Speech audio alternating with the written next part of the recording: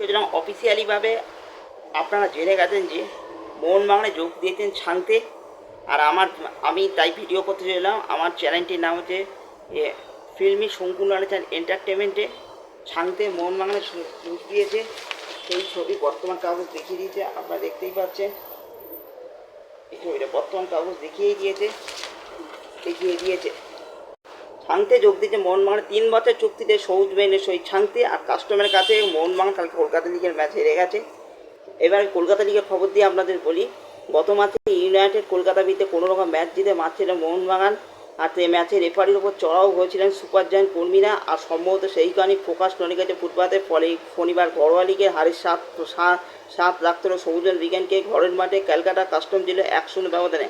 ম্যাচের শেষ লগ্নে পেনাল্টি থেকে লক্ষ্যভেদ অফিসের দলটি মূল্যবান 3 পয়েন্ট দেন রাহুল সোরেন। আর হচ্ছে এই হারের ফলে শীর্ষে থাকা ইস্টবেঙ্গলের চেয়ে অনেকটাই পিছিয়ে পড়লো মোহনবাগান। 5 ম্যাচে তাদের সংগ্রহ 10 পয়েন্ট। আর 1 ম্যাচ কম খেলে, মানে 4 ম্যাচে 1 ম্যাচ কম করে 12 পয়েন্ট নিয়ে দ্বিতীয় স্থানে। 5 ম্যাচে তাদের সংগ্রহ 10 পয়েন্ট। আর 1 ম্যাচ কম পেলে 12 পয়েন্টে দ্বিতীয় স্থানে রয়েছে লাল হলুদ ব্রিগেড। 4 ম্যাচে 12 পয়েন্ট। আর 5 ম্যাচে 13 পয়েন্ট নিয়ে আপাতত গ্রুপ এতে শীর্ষে ভবানীপুর।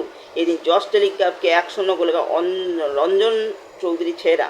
শনিবার মোহনবাগানে প্রথমবার কাটাচ্ছে সিনিয়র দলে 2 ফুটবলার ছিল দীপক টাংরি, অ্যালেক্স সাজি। আর অ্যালেক্স সাজি এবছর মোহনবাগানে সই দিয়েছে, দিল্লি থেকে এসছে। এছাড়া সায়ন, সুয়েল, দিব্যেন্দুরা শুরু করেন। এরা হচ্ছে সিনিয়র দলের ফুটবলার। সুয়েল, দিব্যেন্দু সিনিয়র দলে খেলতো। আর সায়ন ইস্টবেঙ্গলের সিনিয়র জুনিয়র সব জায়গায় খেলছে। এবারে মোহনবাগানে এসে এবার সিনিয়র দলে পৌঁছত খেলিছে ডুরান্ড কাপে। ইস্টবেঙ্গলের বিরুদ্ধে ডার্বিতে সেকেন্ড ডার্বির সময় খেলিয়েছিল।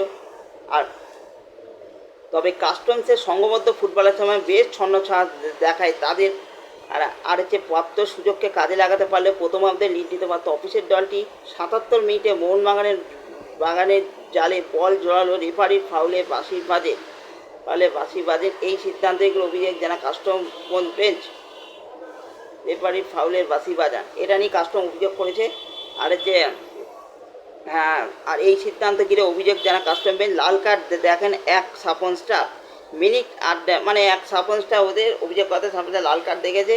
আর মিনিট 8 বাদেই বক্সের মধ্যেই হ্যান্ডবল করেন মোহনবাগানের রোশন সিং। হ্যান্ডবল হয়েছিল।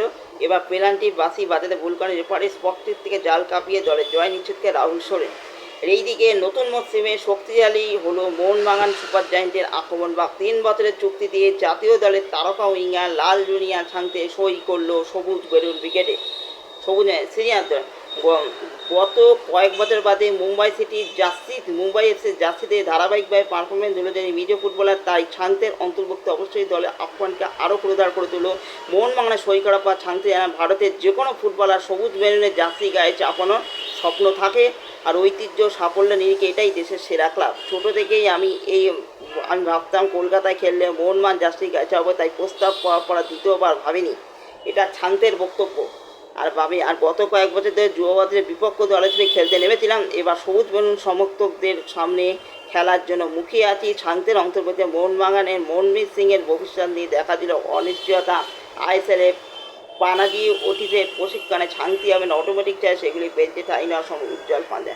হ্যাঁ, ছাংতে এখন মনবীরের চেয়েও ফর্মও বেশি, তাই অটোমেটিক চয়েস ছাংতে হবে। আর ব্যাকআপ হিসেবে বা ছাংতেকে তৈরি নিয়ে পরবর্তীকালে চেঞ্জার হিসেবে মনদীপ সিং নামতেই পারে, মনদীপ সিংও নামবে। লিস্টন কোলাসে যখন কোনো অসুবিধা হয় তারপর সায়ন ব্যানার্জিকে ইউজ করতে পারে। আবার কিয়ান নাসারি আছে, সুয়েল বার্ড আছে, ডান দিকে খেলাতে পারে। আবার স্ট্রাইকার হিসেবেও তো ব্যাপার আছে, এখন তো আমরা স্ট্রাইকারও খেলাতে পারি। ইন্ডিয়ান স্ট্রাইকার যদি খেলায় সেখানে তো সুযোগ পেতে পারে, হয়ে যেতেও পারে মনবীর বা সুয়েল বার্ড। এই ছিল মোহনবাগানি আপডেট। 3 বছর চুক্তির সবুজ বেলুনে সই করলো ছাংতে। আর কাস্টমের কাছে আলো মোহনবাগান কলকাতা লিগে আলো। এই ছিল মূল কথা আর মূল বক্তব্য।